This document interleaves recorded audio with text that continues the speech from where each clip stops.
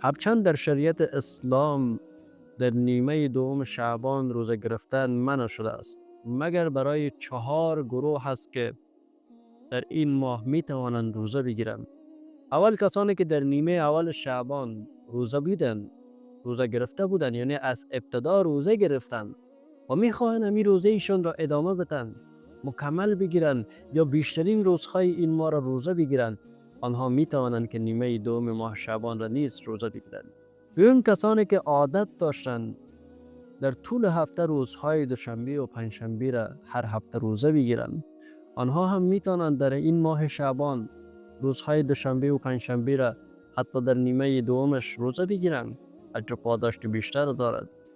کدام ممانعت بالای آنها نیست. و سیم کسایی که از سالهای گذشته روزه قضایی دارند و تا حال نگرفتند، می توانند که در همین نیمه دوم شعبان هم روزه قضاییشان را بجا بیاورند، خصوصا خواهر و مادرها که روزه قضایی بیشتر می داشته باشند.